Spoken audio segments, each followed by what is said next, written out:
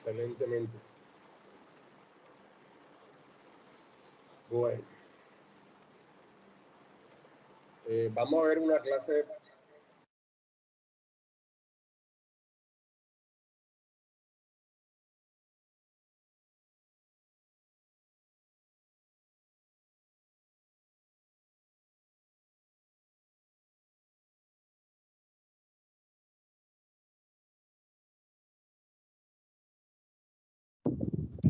Está hablando, es que está silenciada.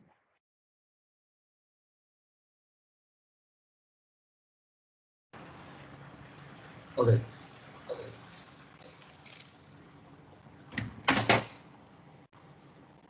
Listo.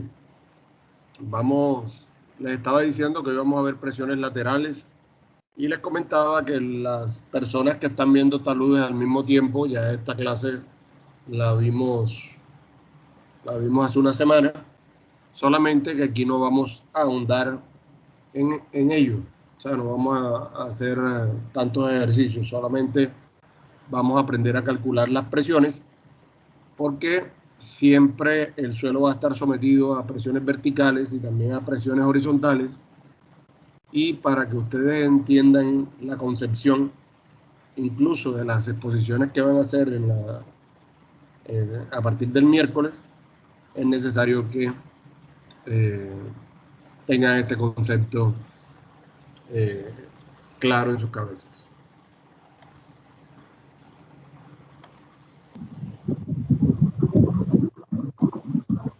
Entonces, señores,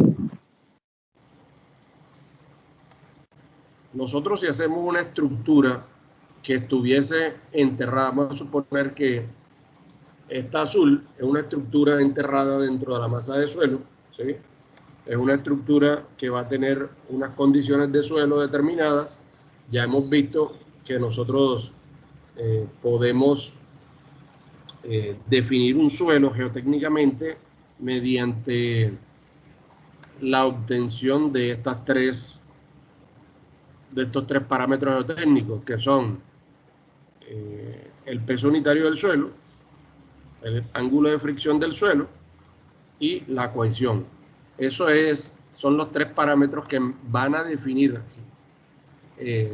la resistencia al corte del suelo. Eso es como manera introductoria. Son los tres parámetros que van a determinar la resistencia al corte del suelo. Y si nosotros dentro de un suelo con esos parámetros determinados y otros que podemos decir que estos tres parámetros son los que definen, para dar un repaso, la teoría de Mohr-Coulomb para los suelos, ¿sí? Mientras que hay una teoría elástica que también va a definir el suelo, que está determinado por el módulo de elasticidad, que ya hemos hablado de él, y también por otro módulo que se llama el módulo de Poisson. ¿Alguien recuerda para qué sirve el módulo de Poisson? Eso lo vieron en resistencia a materiales.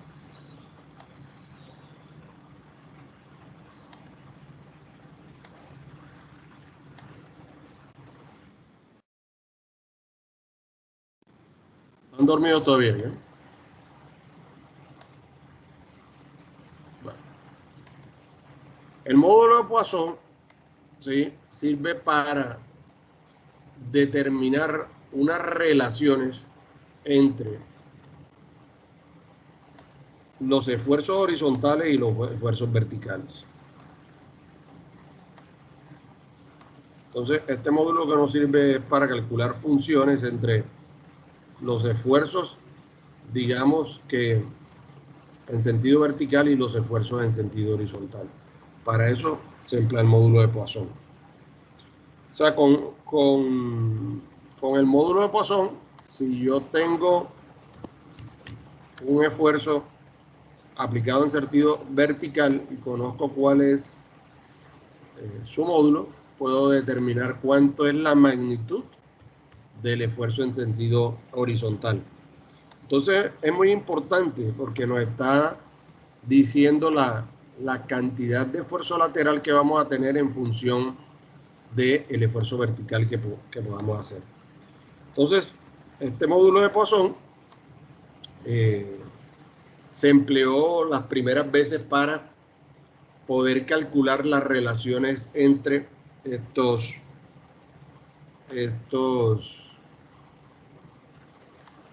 esfuerzos, entre los verticales y los horizontales. Entonces, señores, en cuanto a presiones laterales, si nosotros hacemos la construcción de una estructura que va a estar metida dentro del suelo, ¿qué estructura va metida dentro del suelo? Por ejemplo, un pilote, ¿sí? Un pilote es una columna que metemos dentro del suelo para que transmita una carga al suelo. Una parte de esa carga es transmitida a través de su sección lateral, que se llama el fuste, ¿sí? O sea, el área lateral del pilote, y otra parte del pilote es transmitida acá a la punta, ¿sí? Entonces él funciona, eso lo veremos más adelante, por fricción y por punta. Otra estructura que va enterrada puede ser un sótano, ¿sí? Esta puede ser la pared de un sótano, ¿sí? Siempre les digo que, para que lo tengan claro y que sé que lo conocen todos, ¿sí? Este puede ser el parqueadero del centro comercial Buenavista, esta parte de acá, acá colocamos los carros, los vehículos. Acá en esta zona de acá, ¿sí? Y hay unos muros, ¿sí? Y detrás de esos muros hay un relleno, que sería esta parte amarilla. Hay un relleno que está produciendo un empuje sobre este muro del centro comercial Buenavista. Realmente el centro comercial Buenavista, creo que ya se los dije, es un sótano inventado para poder llegar a la misma altura que tiene acá en la parte externa, a la misma altura que tiene la circunvalar, ¿sí? Entonces, si la avenida circunvalar es esta parte gris, ese lote donde está ahora mismo el Buenavista, ese lote antes era así. O sea, aquí venía todo el terraplén de la circunvalar, ¿sí? Pero para poder llegar a la altura de la circunvalar y poder mostrar las vitrinas, ¿sí? Entonces se elevó este nivel del terreno. Entonces, digamos que es un falso sótano. Digamos que el centro comercial es un falso sótano. Entonces, sobre ese muro están actuando fuerzas laterales. Lo más común en nuestros proyectos es cuando vamos a construir. Ustedes saben que el mayor contratante de nosotros es el gobierno, entonces cuando vamos a construir obras públicas, digamos que el terreno es así, ¿listo? Y nosotros tenemos que construir bien sea un colegio, un hospital, un centro de salud o algo parecido. Entonces, nuestro proyecto arquitectónico, digamos que es este cajón, es una estructura, ¿sí? Y para que nos quepa todo el proyecto, que es así de grande, entonces tenemos que implantar ese cajón aquí. Tendríamos que implantar ese cajón aquí. Para poder implantar ese cajón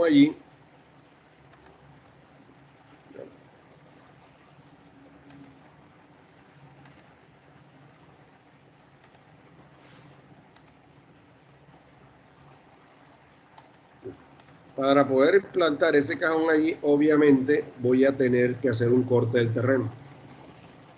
O sea, voy a tener que toda esta parte de aquí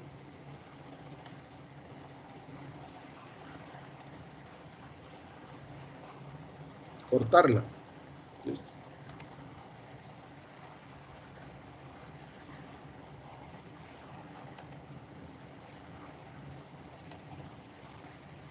Cortarla completamente.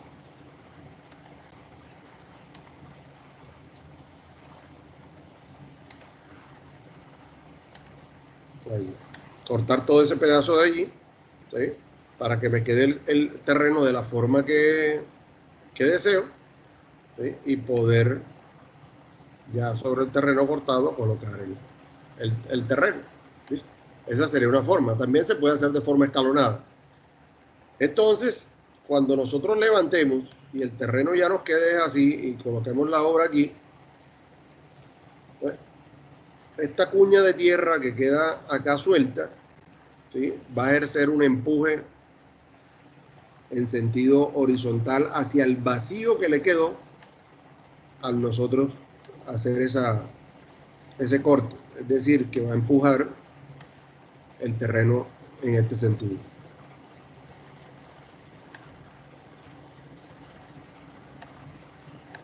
En este sentido va a ser el empuje. Para contrarrestar ese empuje, entonces nos va a tocar construir aquí un muro de contención. Entonces, señores, realmente, ¿para qué me está sirviendo el muro de contención?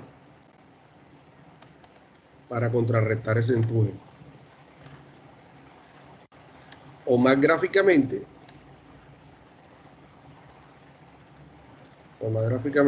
digamos que esta cuña de suelo que yo he cortado,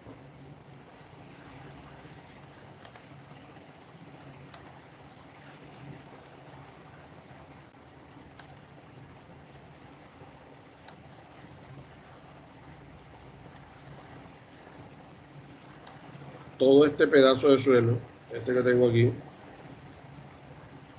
que cortamos, ¿sí?, cuando estaba allí estaba ejerciendo una fuerza en este sentido. Esa cuña que tenemos aquí está ejerciendo una fuerza en este sentido. Al momento de levantar ese material y cortar, llevarla, ¿sí?, el suelo siente que ya no tiene esto, que ya no tiene esta presión. ¿Qué va a empezar a hacer el suelo? A moverse en sentido contrario. ¿Por qué? Porque él tiene que buscar su equilibrio. Si ya está desequilibrado del lado derecho, él tiene que buscar su equilibrio del lado izquierdo.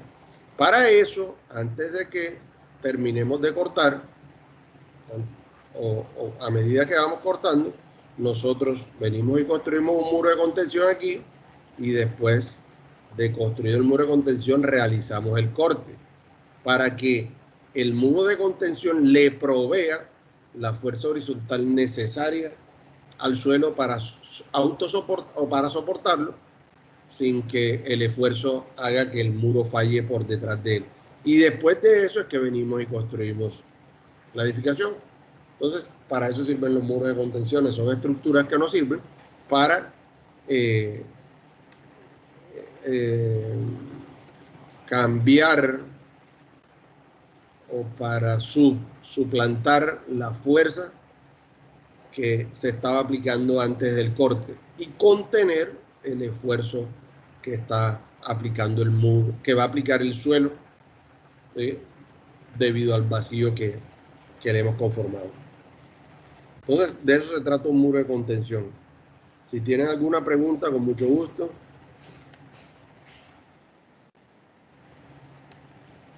¿Ahora sí me está oyendo claro? Sí, ingeniero. Okay. Entonces, para eso sirve un muro de contención. Entonces, para esos muros de contención, o para esas, no para muros de contención, para esas obras que son bajo tierra, que hay elementos estructurales, bien sea de madera, bien sea de concreto o de acero metida dentro de la tierra, no es que se van a presentar tres opciones, nosotros las podemos diseñar de tres formas diferentes. La primera de ellas, y la voy a colocar acá en el centro primero, todos estos suelos van a tener sus propiedades que después nos van a servir para cálculo. Pero la primera que voy a colocar en el centro, no voy a comenzar por la izquierda, ¿sí?, la vamos a llamar la condición de reposo. En una condición de reposo se diseña un muro de tal robustez. Cuando hablo de un muro de tal robustez, quiere decir que un muro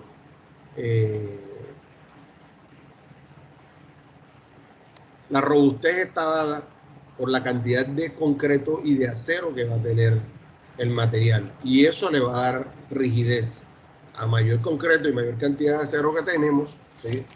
La rigidez de la estructura va a ser mayor. ¿Listo? Entonces, si nosotros construimos un muro lo suficientemente robusto, es decir, que tiene un buen volumen, grande o moderado de concreto y acero, entonces el suelo va a estar en estado de reposo. ¿Qué quiere decir que está en estado de reposo? Quiere decir que ni el suelo ni el muro se van a mover. Entonces, cuando diseñamos un muro en esas condiciones para que el suelo no se mueva, decimos que estamos en una condición de reposo, que el suelo está en condición de reposo. Entonces, si yo tengo un elemento de suelo, como los que hemos visto en clases anteriores, ¿sí? Como ese que estoy dibujando allí, ¿listo? Entonces, voy a suponer que es un elemento infinitesimal, es decir, que es muy pequeño. ¿Listo? Eso lo hago así, ya se los había explicado en clases anteriores, para determinar, ¿sí? Que el esfuerzo geostático, que ya nosotros aprendimos a calcularlo, que va a ser el valor del peso unitario multiplicado por el valor de la profundidad a la cual se encuentra el elemento, ¿sí? Nosotros lo determinamos en clases pasadas como sigma B.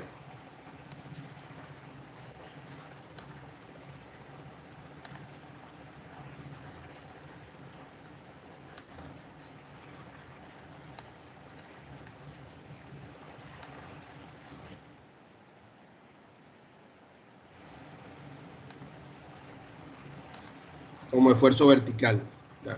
Eso ya lo hemos aprendido a calcular en clases pasadas, el peso unitario hasta la profundidad en que está el elemento. ¿Listo? Y aquí, como hemos visto, como les expliqué con el muro de contención, en sentido horizontal también se va a desarrollar una fuerza, pero ya esa fuerza va a ser en sentido lateral o en sentido horizontal. Y a ese esfuerzo, en vez de llamar como el lateral, lo vamos a llamar esfuerzo horizontal o esfuerzo lateral.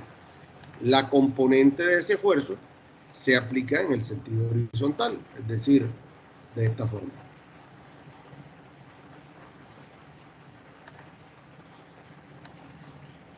Entonces, los suelos en la naturaleza están sometidos a esfuerzos verticales y están sometidos a esfuerzos horizontales. Ya les había explicado cuando vimos la teoría de esfuerzos combinados, ¿sí? Que aunque esto fuese un cubo, ¿sí?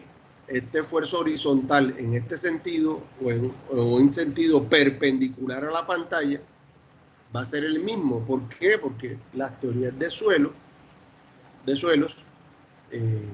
dictaminan que para nosotros poder estudiar el suelo, nosotros tenemos que hacer la consideración de que ese suelo es homogéneo, elástico e isotrópico. Y homogéneo quiere decir que todas las partículas de suelo que estoy estudiando son iguales y su comportamiento es igual. Entonces, aquí, este esfuerzo horizontal en este sentido o perpendicular a la pantalla, en ambas caras, bien sea detrás de sus computadores o delante de ellos, van a ser iguales. Lo mismo los esfuerzos verticales. El esfuerzo vertical, como consideramos que es un cubo infinitesimal, el valor del esfuerzo en este sentido es el mismo valor del esfuerzo en este otro sentido, obviamente con la flecha en el sentido contrario, aplicada en el sentido contrario acá, ¿sí? Entonces, este esfuerzo de aquí y este esfuerzo de acá van a ser iguales y de sentido contrario. Eso dictaminan las teorías de suelos para poder estudiarlos. Entonces, la idea de este razonamiento es saber que los suelos están sometidos a esos dos tipos de esfuerzos. ¿Listo? Posteriormente nosotros vamos a construir algo por acá arriba. ¿Listo? ¿Sí? Que va a hacer que este esfuerzo horizontal aumente. ¿Ya?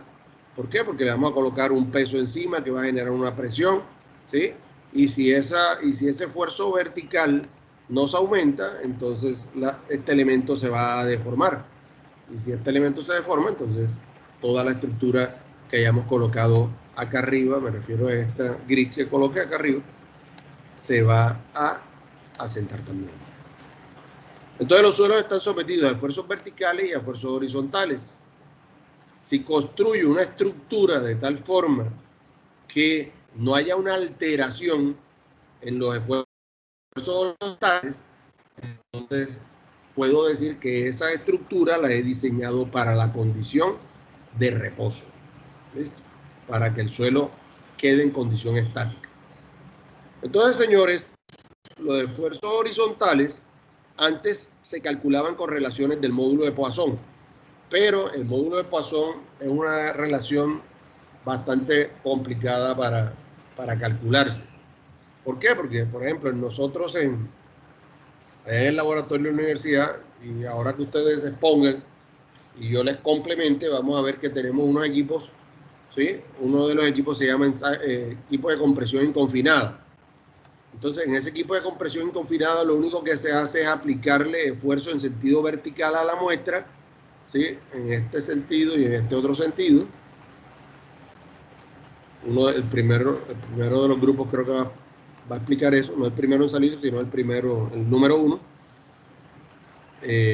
Entonces, es aplicarle fuerza en estos dos sentidos a la muestra sin ningún esfuerzo horizontal colocado. ¿Listo? Entonces, ese ensayo de compresión simple, como no se deja deformar libremente, no nos permitiría calcular un valor de esfuerzo horizontal adecuado.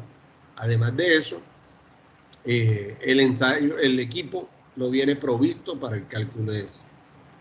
Después, en este mismo sentido, tenemos un ensayo que también van a ustedes a exponer, que se llama el ensayo de compresión triaxial. En el ensayo de compresión triaxial, sí, lo primero que hacemos es someter al suelo a un confinamiento, o sea, una fuerza que se va a aplicar en todos los sentidos del suelo, por todos los lados del suelo.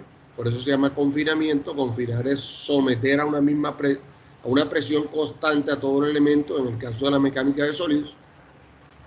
Y entonces, después de aplicarle ese elemento, nosotros vamos a aplicar una carga vertical adicional, ¿sí?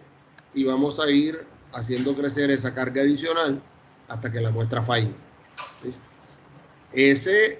Ese equipo triaxial solamente está habilitado para calcular las deformaciones en sentido vertical.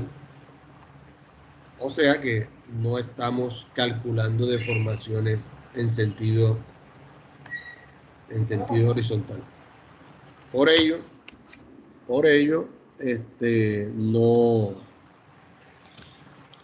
no nos sirve tampoco para calcular el módulo de Poisson.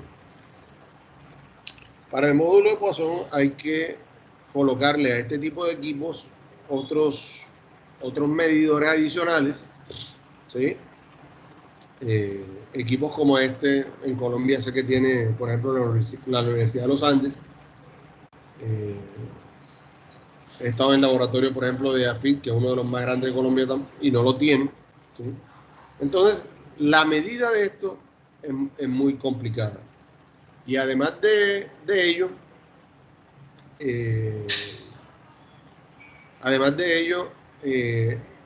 la implicación en la magnitud de los resultados obtenidos es poca y es absorbida por los factores de seguridad que empleamos en suelos.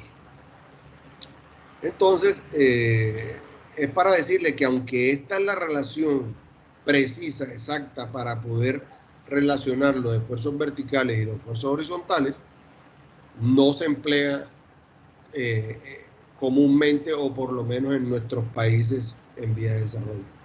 Entonces, para ello, hemos desarrollado una serie de correlaciones con otras variables.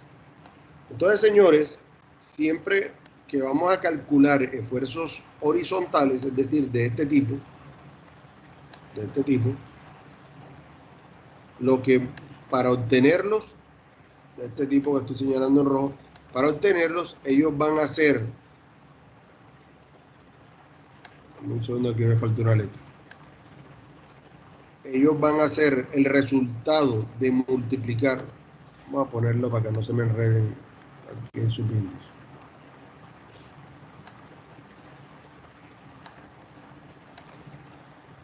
Esa ahí indica un subíndice. Va a ser el resultado de multiplicar los esfuerzos verticales por un coeficiente que vamos a llamar coeficiente de tierra. Ese coeficiente de tierra es este caso I que tenemos aquí.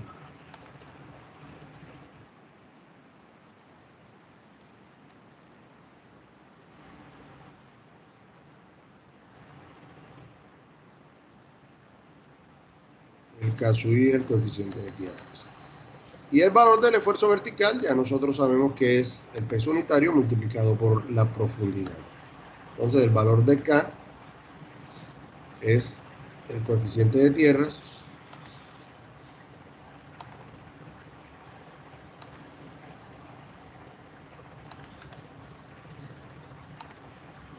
y sigma viene siendo, que me falta la letra V, ya se la coloco, el esfuerzo vertical.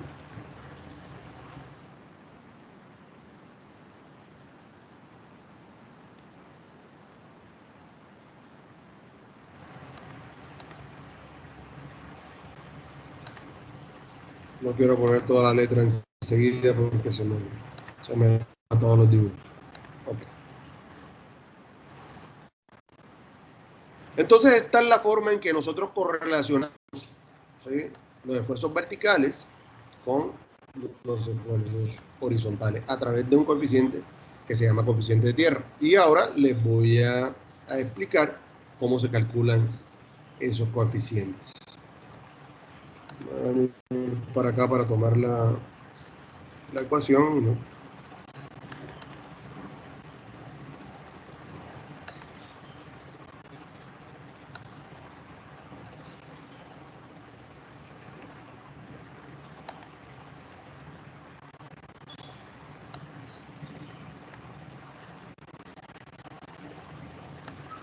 No tener que copiar.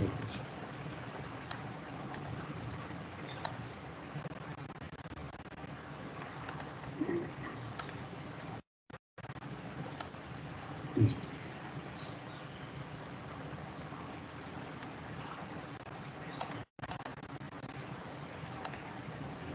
Listo. Entonces, para suelos de grano grueso, el valor de... ok.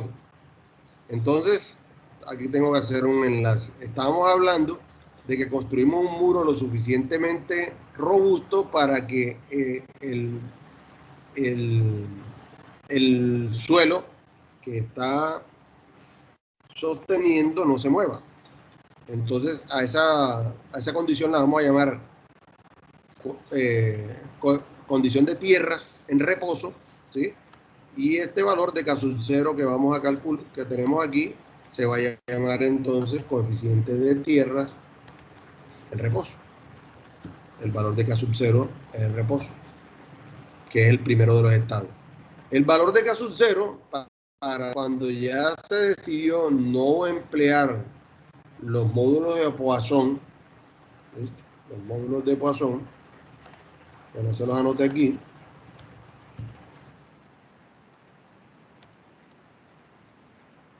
ya se decidió no emplear los módulos de Poisson, entonces se buscaron formas más sencillas, prácticas y económicas de poder obtener los valores de coeficiente de tierras. Entonces, una de esas relaciones es esta que tenemos aquí, donde lo que tenemos que obtener es el valor de phi. El valor de phi se obtiene por los ensayos de laboratorio y de campo que ustedes van a exponer la próxima clase, ¿sí? Por ejemplo, una prueba de corte directo, hay unos que van a exponer eso, una prueba triaxial, un ensayo de SPT, un ensayo CPT, un dilatómetro, no, el dilatómetro no me da ángulo de fricción, pero mediante esas pruebas podemos obtener el valor del ángulo de fricción directamente en el campo, mucho más rápido. Nos sirve esa prueba para un montón de cosas adicionales y entonces no tenemos que hacer la difícilmente conseguible o la difícilmente de obtener módulo de Poisson. ¿Listo?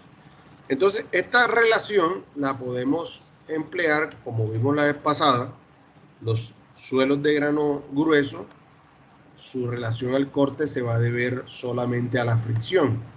Entonces, por ello, esta relación es empleada solamente en suelos de grano grueso. Los suelos de grano grueso ya sabemos que son los limos, las arenas y las gravas.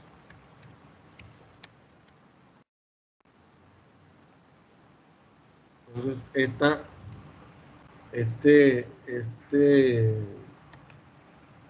esta ecuación es aplicable a ese tipo de suelos. Para los suelos arcillosos, entonces vamos a emplear esta ecuación que tenemos acá.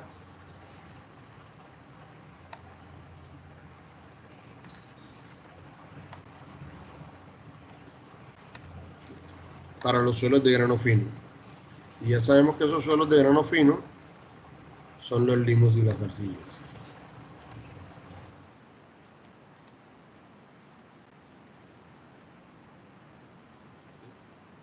Entonces, en el caso de los suelos de grano fino, lo que vamos a obtener es un coeficiente de reposo que está basado en el índice de plasticidad de esos suelos.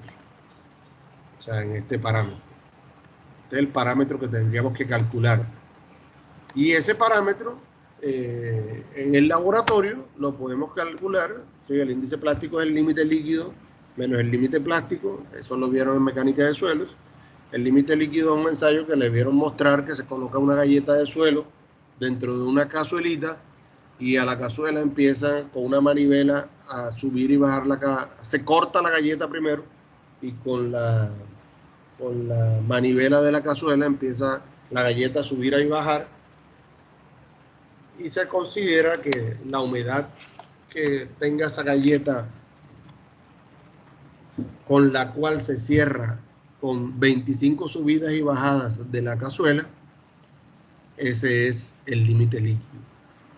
Por otra parte, el límite plástico fue un ensayo que debieron mostrarles también, o debí mostrarles el semestre pasado, en lo cual hacíamos unos rollitos, y esos rollitos cuando se agrietaban, cuando tenían 3 milímetros, se le medía la humedad y esa era la humedad que correspondía al límite plástico.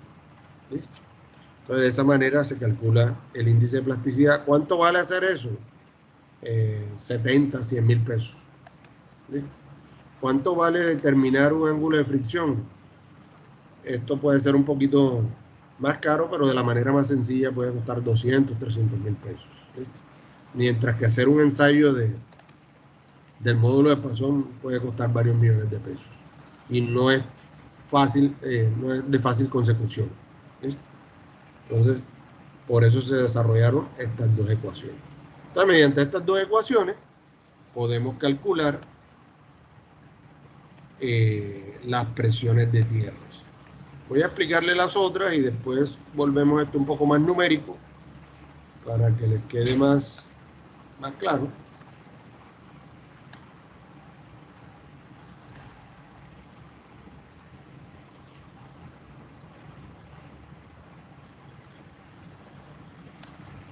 Voy a tomar una figura que tengo acá.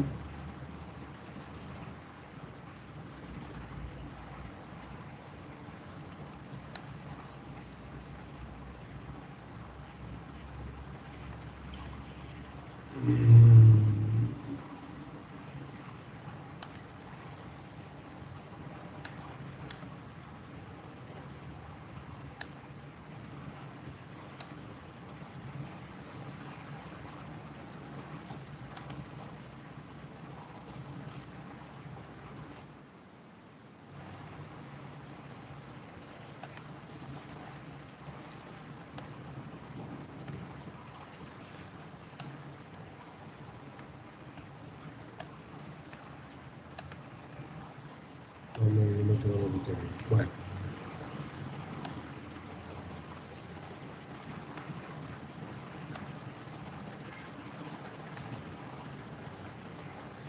Señores, entonces estábamos viendo en clases anteriores que los suelos tienen un comportamiento determinado por Mohr y Coulomb, en los cuales ese comportamiento de falla del material va a estar determinado por algo que se llama la envolvente de falla. La envolvente de falla me va a representar, para hacerle un recorderis, todos los puntos, toda la combinación de esfuerzos de compresión, que son los de las abscisas, y corte, que son estos de las ordenadas, que me van a producir la falla. Eso quiere decir que cualquier combinación de esfuerzos que esté por debajo de la línea, ¿sí?, va a estar en una zona que hemos llamado zona segura. ¿Listo? Es decir, cualquier combinación de esfuerzos que esté por debajo de esa línea, el suelo lo va a poder soportar. Mientras que por encima de la línea va a estar en una zona de falla. Es decir, que cualquier combinación de esfuerzos que se produzca por encima de la línea, de las magnitudes combinadas de la línea, entonces el suelo no las va a soportar y él va a fallar. Y sobre la línea misma, ¿sí?, ellos van a estar en equilibrio límite. Equilibrio límite va a significar que las fuerzas que van a actuar sobre el suelo son iguales a la resistencia intrínseca que va a tener el suelo. Entonces, esas son las tres formas. Entonces, si yo tengo un muro de contención como este, que estamos viendo de reposo, en el cual yo construyo un muro lo suficientemente grueso para que no se me presente ningún tipo de deformación en este elemento de suelo, es decir, el suelo ni le pasa esto, ni le pasa esto, él se queda totalmente estático allí. Entonces, si ese muro era estable antes de construir el muro, ya les expliqué cómo se construye el muro, ¿listo? Entonces, ¿qué va a pasar?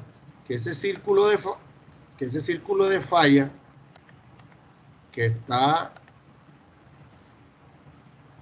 se está produciendo en ese suelo va a estar muy, pero muy alejado de la envolvente de falla o de la zona de falla. ¿Por qué va a estar muy alejado de la envolvente de falla? Porque simplemente el suelo ahí no le está ocurriendo nada, no se está moviendo. Los esfuerzos que el muro en ese caso le está aplicando al suelo es suficiente para que ese suelo no se mueva. Y por lo tanto la circunferencia de esfuerzos, o sea, la representación de los esfuerzos va a ser una circunferencia muy, pero muy alejada de la falla. En esta circunferencia, ¿sí?, ponerlo un poquito más grande, en esta circunferencia, el esfuerzo menor va a ser el esfuerzo horizontal. En este caso, el esfuerzo horizontal que nosotros hemos llamado esfuerzo horizontal de reposo. Entonces, el esfuerzo de reposo va a ser el esfuerzo principal menor. ¿Listo? Ahí se ve en ese tamaño o más grande la letra. Yo lo veo, pero ¿Cómo? yo lo veo. Y ahora, mejor. Sí, ingeniero, así está bien. Bueno. Y el esfuerzo mayor, ¿sí?, en este caso va a ser el esfuerzo vertical.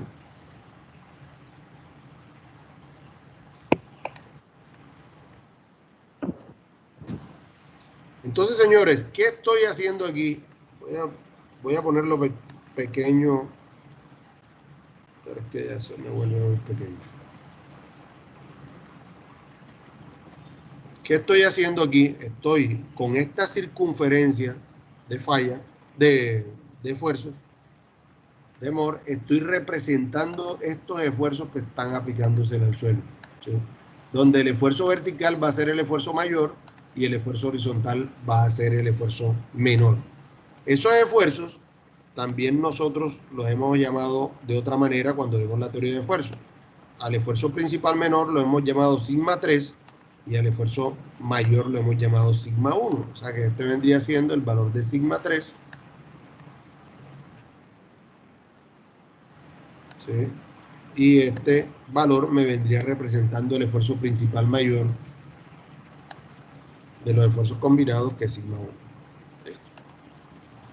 Entonces, en reposo, esa circunferencia está muy lejos de la envolvente de falla. Es decir, que un muro construido en reposo, el suelo se encuentra en forma segura. Una segunda condición de las presiones laterales se llama la condición activa. En la condición activa,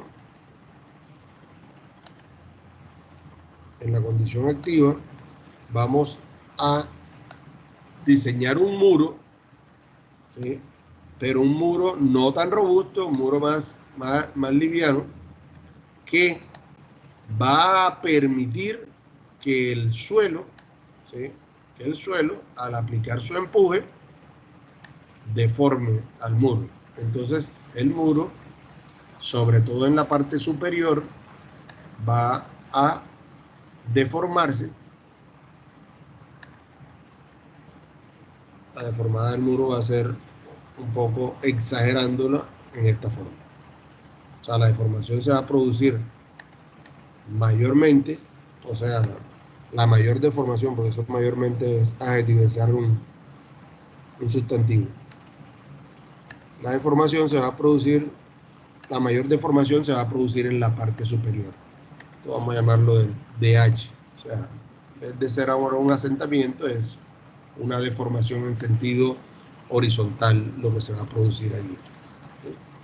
Entonces, si hay un muro lo suficientemente liviano, ¿sí? El empuje del suelo lo va a deformar y entonces va a haber una deformada en este sentido. En ese caso, cuando ocurre eso, el elemento de suelo, este que está aquí, ¿sí? Le va a ocurrir esto. Cuando el muro se deforme en ese sentido, el elemento tiene que hacer esto. Tiene que deformarse en el sentido en que se está deformando el muro. ¿Listo? De manera que, aunque la deformación lateral se vuelve muy grande, la deformación lateral se vuelve muy grande, el esfuerzo vertical va a prácticamente permanecer constante, porque la gran cantidad de relleno que podemos tener dentro de detrás de un muro de contención va a evitar que el relleno baje mucho. Cuando ya el relleno baja mucho fue porque el suelo ya falló y ahí no nos interesaría la cantidad de deformación. Tendríamos que estar muy pendientes de eso. Pero lo que les quiero explicar aquí ahora es que en el momento, esto es presión de reposo, lo que tenemos acá. En el momento en que yo construyo este muro, y como el muro no puede, con todo el empuje, empieza a deformarse para poder absorber ese empuje, entonces a ese empuje nosotros, cuando el suelo se mueve hacia el muro, lo vamos a llamar empuje activo.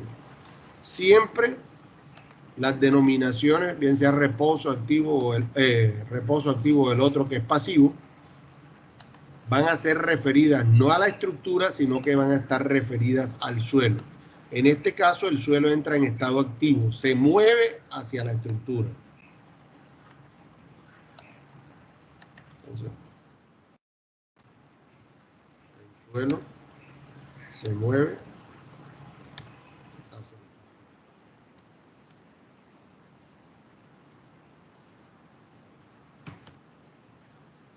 eso pasa en el estado activo. Entonces,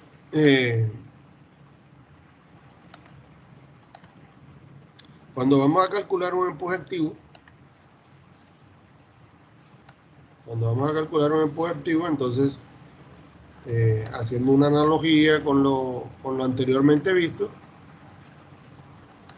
este sería su coeficiente.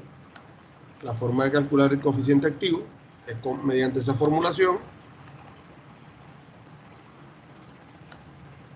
Y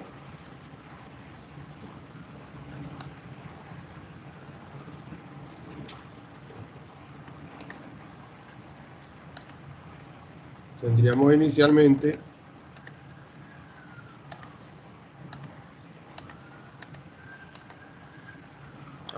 no me copié.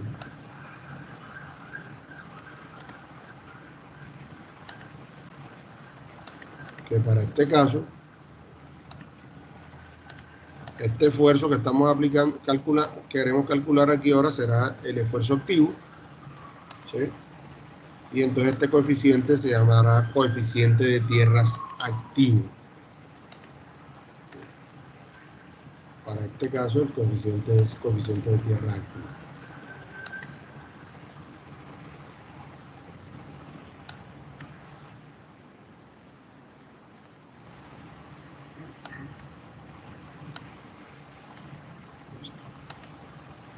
El coeficiente de tierras activo se calcula de esta forma. Listo. No voy a ahondar más en ello. En la consecución de la fórmula, ya eso lo vemos más adelante en también. Entonces, señores, cuando un muro está en estado activo, vamos a las condiciones. Supongamos que ese muro primero está en la condición esta, en la condición de reposo.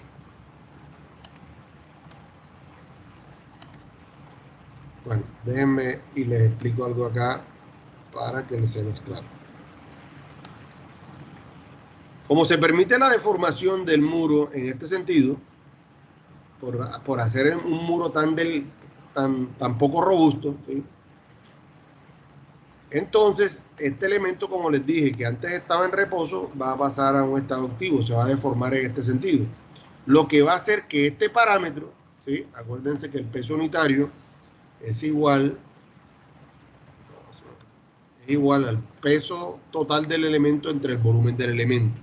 Entonces, este elemento que tenemos aquí tiene un peso y tiene un volumen inicial. Cuando el muro se empieza a mover, este elemento empieza a deformarse, el peso va a permanecer constante, el peso permanece constante, pero el volumen va a aumentar, ¿ya? Entonces, al volumen va a aumentar, este valor del peso unitario va a disminuir. Eso quiere decir que el suelo va a estar menos compacto en estado activo que lo que estaba anteriormente en estado de reposo. Si el peso unitario empieza a disminuir, entonces el esfuerzo vertical, este valor que tenemos aquí, el esfuerzo vertical comienza a disminuir también. Y si el esfuerzo vertical comienza a disminuir, entonces el esfuerzo horizontal activo va disminuyendo. ¿Quedó claro eso? Señores, ¿quedó claro eso? Al reducirse la densidad o el peso unitario del material, se reduce el esfuerzo vertical del material y por último el esfuerzo horizontal se va reduciendo.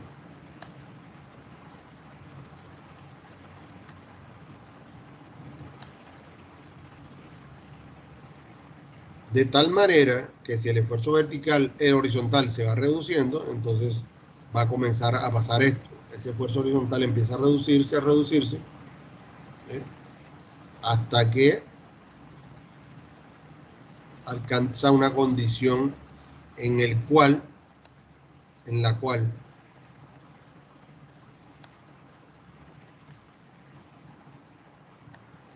se vuelve tangente a la superficie, a la envolvente de falla.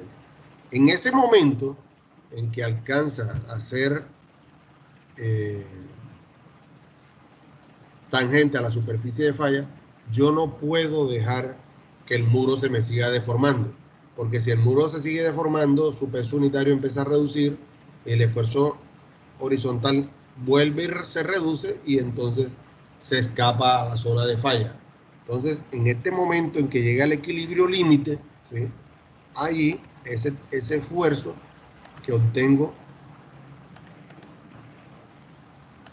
va a ser el empuje activo.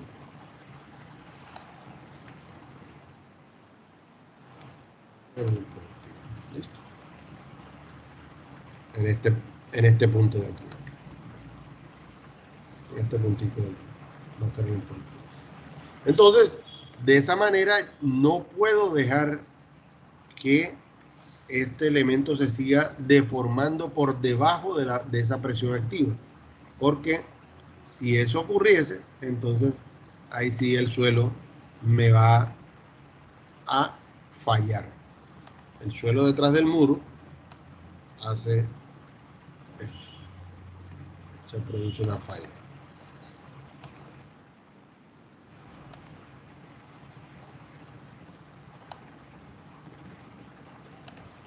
O sea, se produjo tanta deformación la pinté al revés.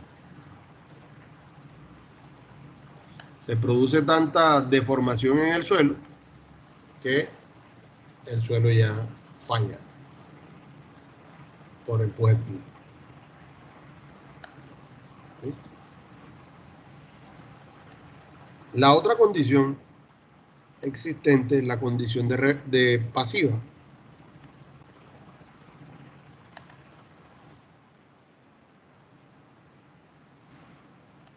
En la condición pasiva ocurre lo contrario.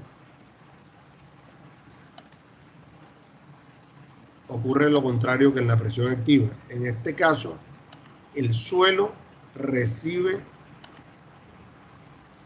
la presión del elemento, del elemento estructural. De tal manera que este elemento diferencial de suelo, en vez de reducir su compactación, él va a reducir su volumen.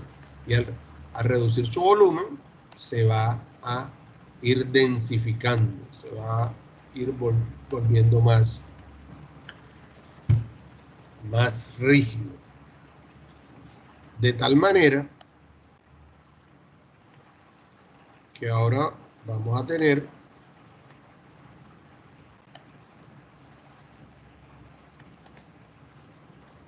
esta condición, una condición que vamos a llamar pasiva. En la condición pasiva, ahora vamos a calcular el esfuerzo pasivo.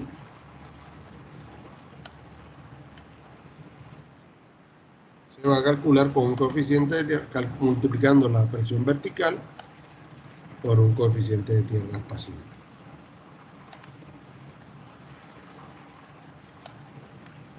Y así se denomina el coeficiente pasivo.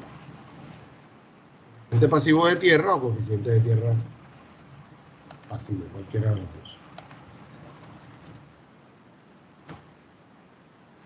Entonces, en esta condición, la estructura es la que se va a mover hacia el muro.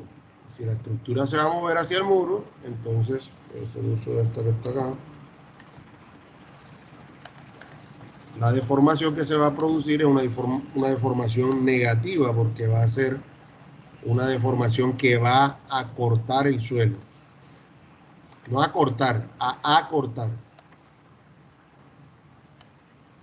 A reducir la cantidad de suelo que tenemos. Entonces la deformación se produce ahora en este sentido, ¿sí? Y a esta deformación la llamamos entonces menos delta de H.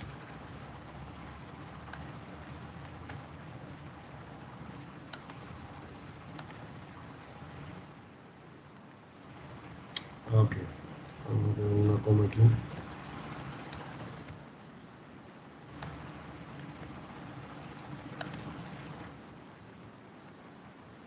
Entonces va a ser una deformación negativa.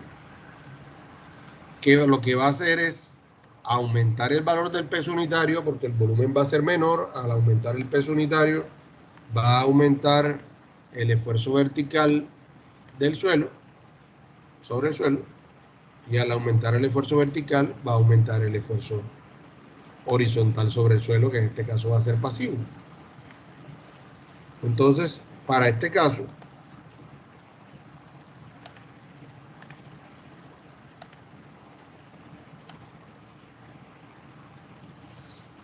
va a ser el caso contrario al anteriormente mostrado.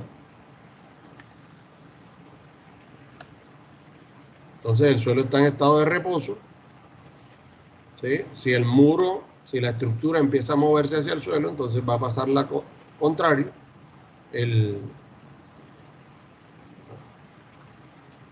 el empuje horizontal va a empezar a crecer, y entonces al crecer el empuje horizontal y el vertical mantenerse constante, entonces el círculo de esfuerzos del elemento va a empezar a reducirse, ¿sí? Y va a llegar un momento en que el esfuerzo horizontal va a aumentar tanto que va a sobrepasar el esfuerzo vertical. En ese momento, el esfuerzo vertical deja de ser el esfuerzo principal mayor y se convierte en el esfuerzo principal menor. Y el esfuerzo horizontal pasa en ese momento a ser el esfuerzo principal mayor. Y ocurre esto, va aumentando esa circunferencia.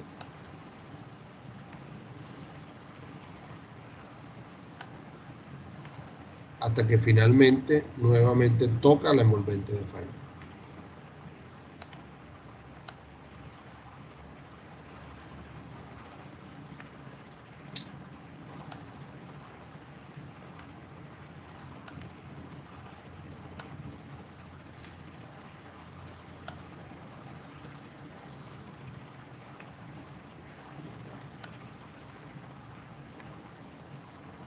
Para esta condición, y por eso lo voy a colocar acá las letras más abajo, ¿sí?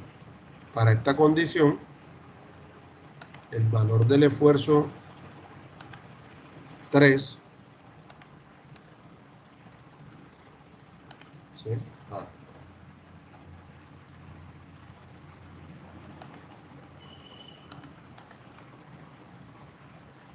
El valor del esfuerzo principal menor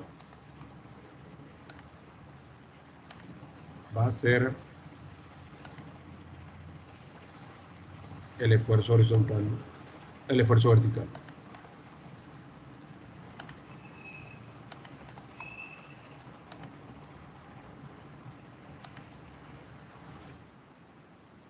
Y el esfuerzo principal mayor va a estar asociado a el esfuerzo pasivo.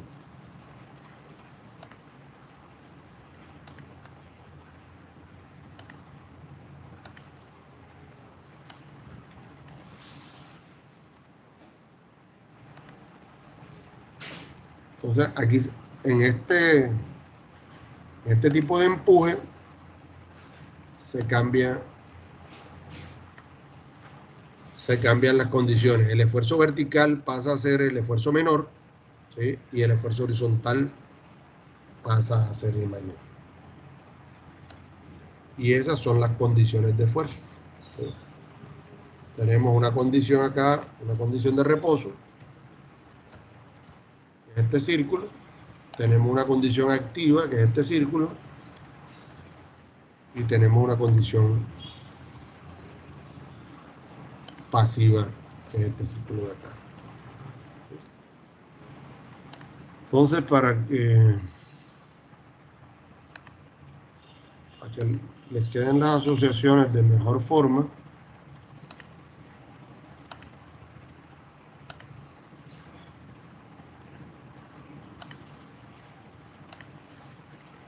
vamos a colocar esto de color verde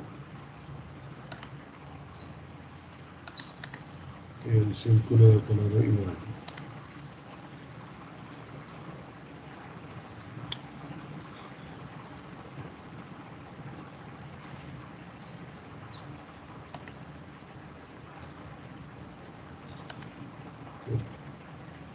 Para medir ahí.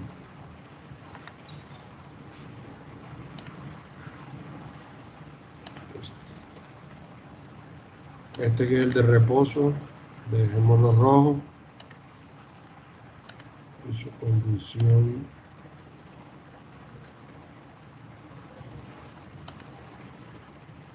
sería esta.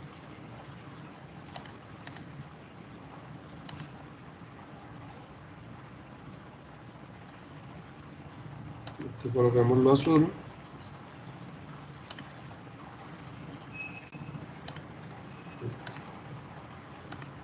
Y su condición de paso.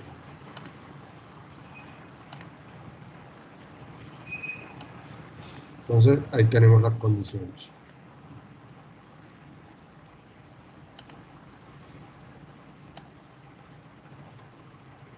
los esfuerzos asociados también con los colores para que después no se vayan a embolatar con eso.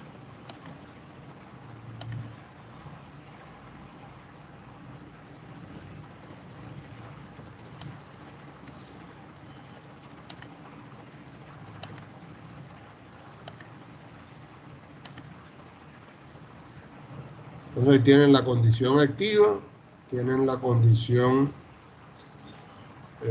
bueno, este lo voy a borrar. Tienen la condición de reposo, que es esta. Pues no se parecen esos colores. Es esta. Entonces tienen la condición activa en verde, el círculo verde, ¿sí? La condición de reposo, todo como en rojito. Y en azul tienen la condición pasiva, que es esta de acá. Fíjense que tanto para la condición de reposo como la activa, el esfuerzo horizontal es el esfuerzo principal menor, sigma 3 y sigma 3. Cuando pasamos a la condición de reposo, el esfuerzo horizontal es el mayor, ¿correcto?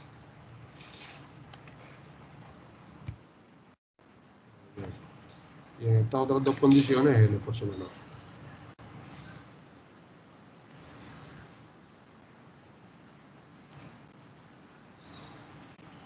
Entonces, señores, esto, ¿para qué me va a servir en este curso de cimentaciones?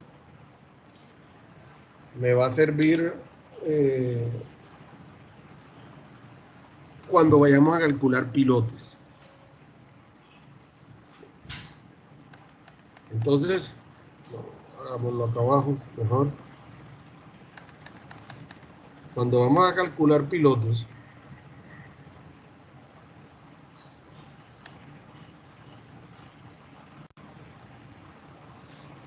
los pilotes los vamos a dividir en tres tipos de pilotes. Pilotes de grandes desplazamientos,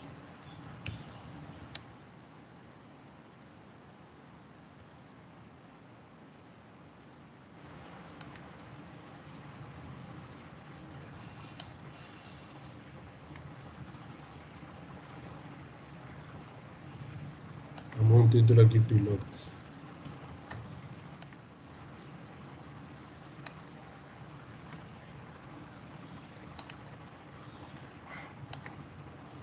A ver, pilotes de gran desplazamiento, pilotes sin desplazamiento.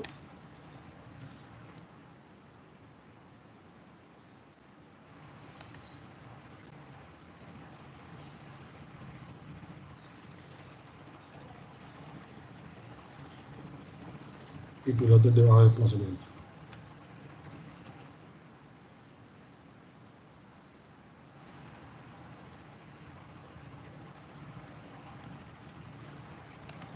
Entonces, señores, cuando nosotros construimos pilotes, podemos hacer, vamos a suponer, esta primera condición, que este es el suelo. Entonces, una forma de hacer pilotes es hacer una perforación. Obviamente me disculpan los de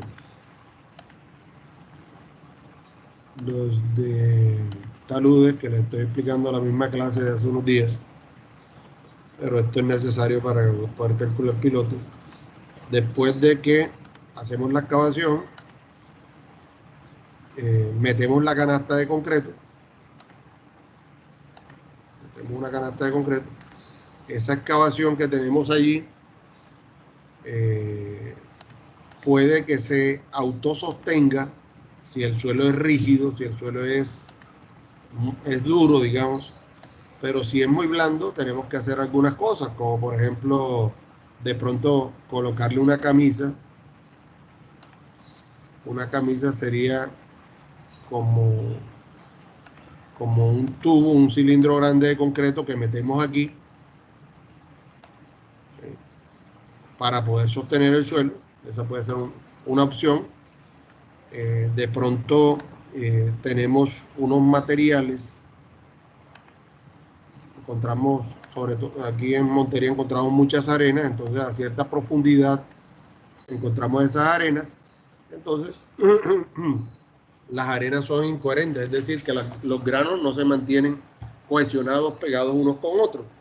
Entonces, en ese caso, podemos instalar en esa parte, podemos instalar las camisas, las bajamos, las ponemos aquí en esa zona que no se sostiene, y nosotros seguimos haciendo la perforación a través de esa camisa.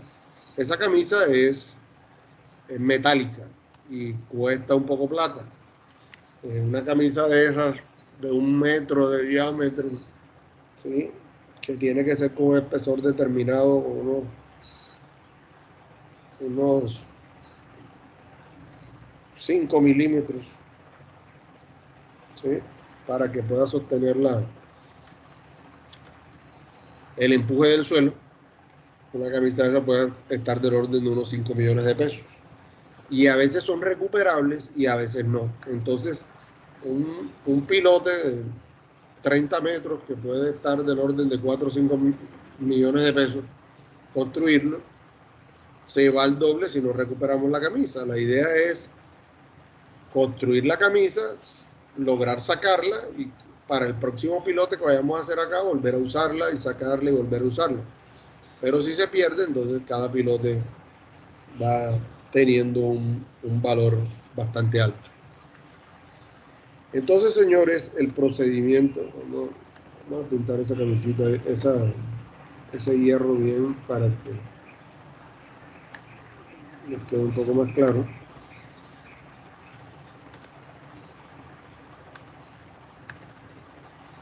Entonces, eso que tenemos ahí sería el amarre de los aceros longitudinales. Los pilotes también se pueden hacer, y hasta es preferible hacerlo con camisa en espiral.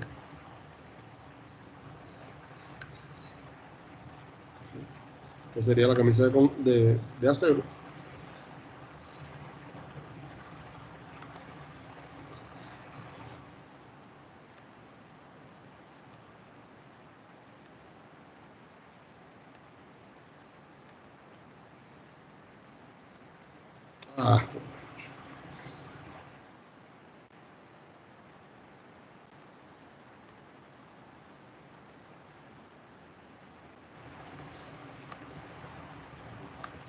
Entonces, tengo el suelo.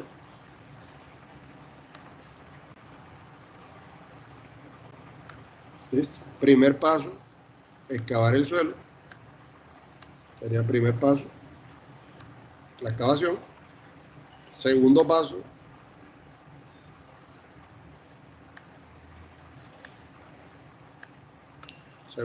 sería meter la canasta, ¿sí? Y el tercer paso sería fundir esto con concreto. ¿Listo?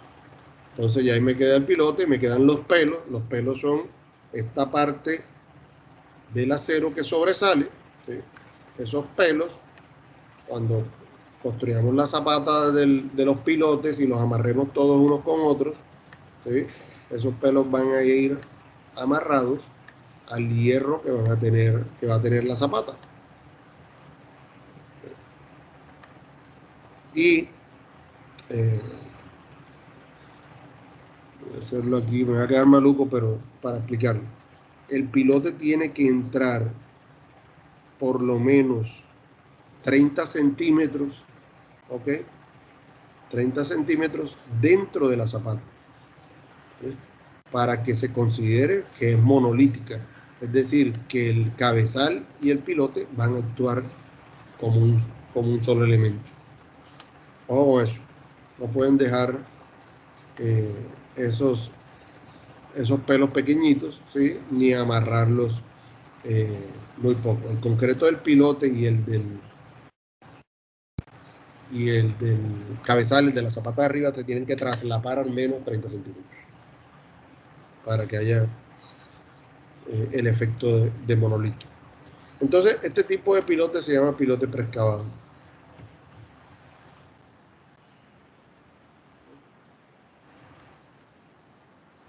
Preexcavado, ¿por qué? Porque primero hago el hueco, posterior, o sea, hago una excavación previa a la construcción del pilote. Realmente la excavación hace parte de eso. Entonces, ya esta sería la parte 3, que sería fundir el pilote con concreto. Después hay pilotes sin desplazamientos. En los pilotes sin desplazamientos, que ahora es 7:46. Bueno, voy a ir rápido para que nos alcance a explicarlo. En los pilotes sin desplazamiento, lo que hacemos es, tenemos el suelo y con un tornillo sin fin, que por ello se llaman pilotes de tornillo. Yo lo asemejo como con este rayito que tenemos acá. ¿Sí? Voy haciendo la excavación. Se me acabó la broca esa. Entonces le instalo otra broca arriba. ¿Listo?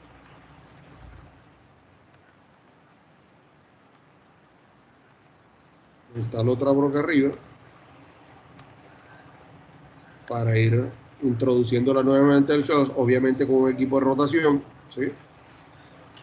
Y así sucesivamente. Después le instalo otra hasta que llego a la profundidad que quiero, para la cual quiero hacer el pilote, ¿sí? Voy a correrlo hacia acá para llenar esto. Entonces, ya llegué hasta la profundidad en la cual quiero hacer el pilote. El suelo queda contenido alrededor del tornillo. No lo saco en ningún momento durante la excavación, y el suelo va a quedar aquí atrapado por la broca de tornillo.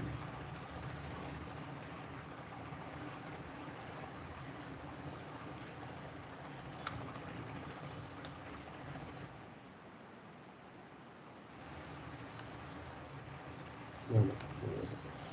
Entonces, señores, después esta broca por toda la mitad tiene un orificio.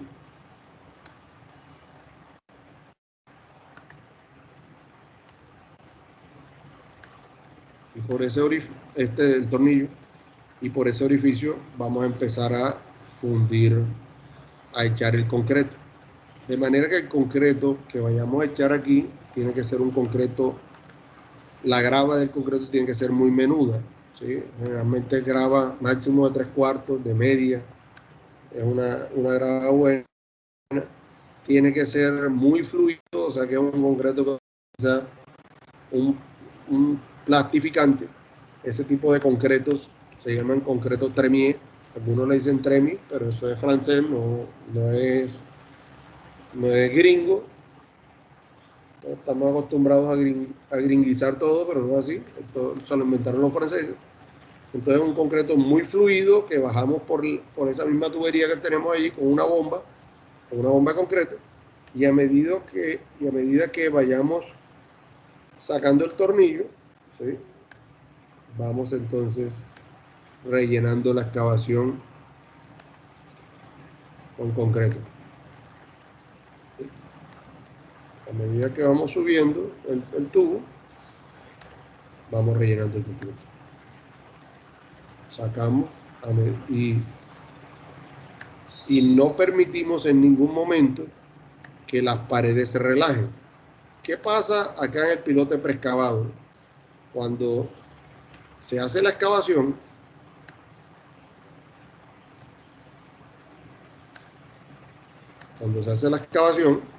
que es el paso 1, ahí se crea un hueco. Entonces, ¿qué va a tratar de hacer el suelo? De venir hacia la excavación, va a estar en estado activo. ¿Listo? Va a entrar en estado activo. De manera que cuando ya yo tengo el pilote fundido, ese pilote va a trabajar con un suelo que ya se desplazó hacia la estructura. O sea que un pilote de este tipo va a estar o va a generar una presión lateral alrededor de él de estado activo.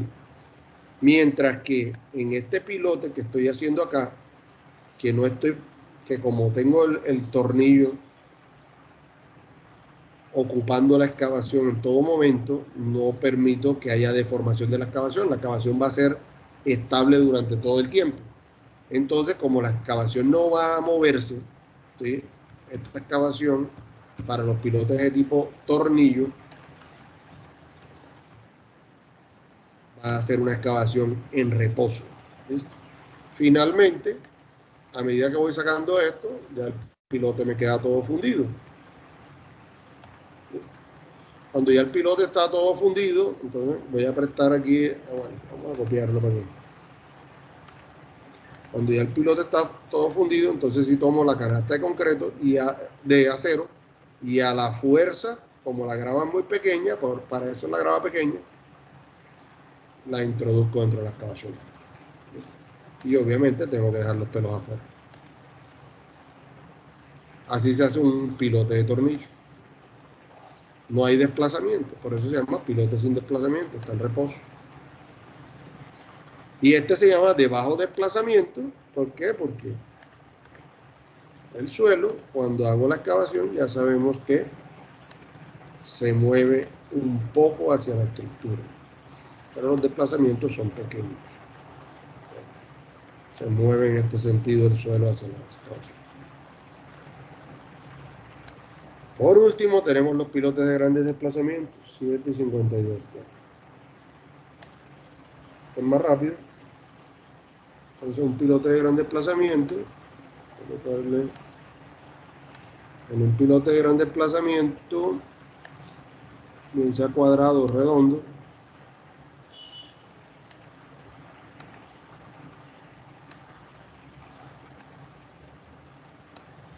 lo que voy a tomar es un elemento que voy a hacer acá afuera, ¿sí?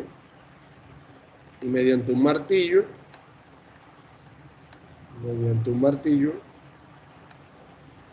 voy a empezar a darle golpes a ese pilote, así se hace un pilote hincado, ¿sí? Le doy golpes como si fuera un clavo y él va. Aquí ya tiene concreto, hierro, todo, ¿sí? Esa es una forma de hacerlo, de hincarlo. La otra forma, no sé si alcanzaron a ver cómo se hicieron los pilotes allá en la universidad. Hay unos gatos que generan una presión sobre el pilote, lo agarran, le ejercen presión en este sentido y también esas máquinas de presión mantienen presión sobre el pilote digamos que sobre las 3 dimensiones del pilote. Aquí, como el dibujo es bidimensional, solo dibujo 2. Pero lo que se hace es generar una fuerza en el pilote que agarra el pilote en este sentido que lo estoy aplicando y empieza a bajar el pilote. A medida que esa fuerza baja, el pilote se va moviendo. ¿Listo? Bajamos el gato y va instalándose. Esos tipos de pilotes se llaman pilotes hincados. El primero que les expliqué es hincado por percusión, quiere decir a golpes, y el segundo, hincado a presión. La ventaja del hincado a presión, ¿sí? Que es la máquina que hincó allá en la universidad, es que no produce esa onda de choque dentro del suelo, lo cual puede generar deformaciones y daños a las estructuras vecinas. Entonces, en este caso, ¿sí? El suelo no se abre ninguna excavación. Ahora, vamos a tomar.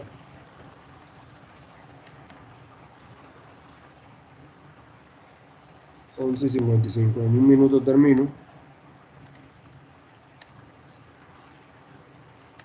aquí no se abre ninguna excavación.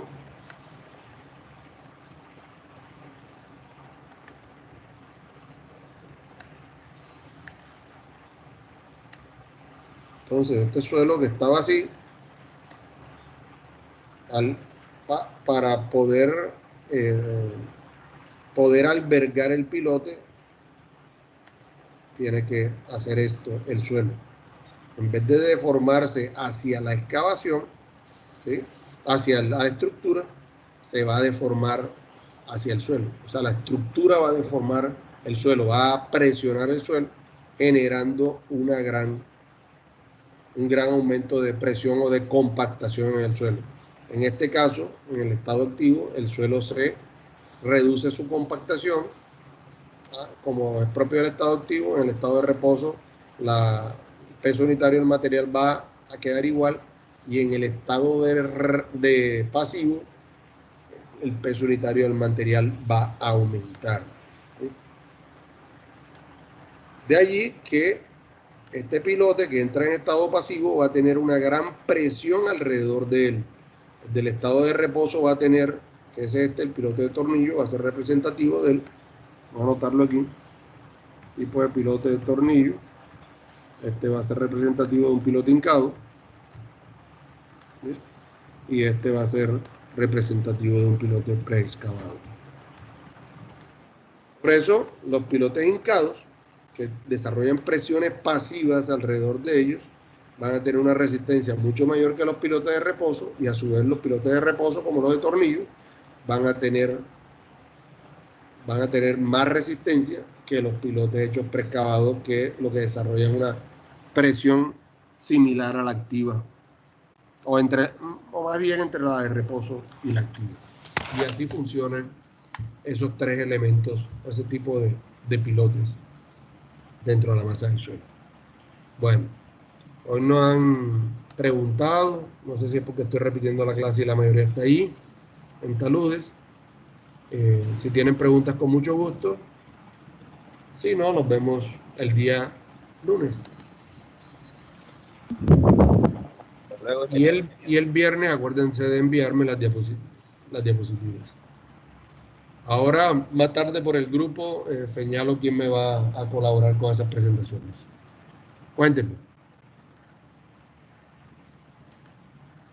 ¿Hay preguntas? el viernes hay clase hasta las 12 de la noche, ¿verdad? ¿Por qué? ¿Te vas a trasnochar para hacer esa diapositiva, Sebastián? No, solamente le pregunto. Ah, bueno. Bueno, yo solamente te respondo hasta las 12. ¿Listo? Bueno, genial. ¿Qué más, muchachos? ¿Listo? Bueno, nos vemos. Buen día. Hasta luego, ingeniero. Hasta luego. Hasta luego, genial. Hasta luego, Sebastián.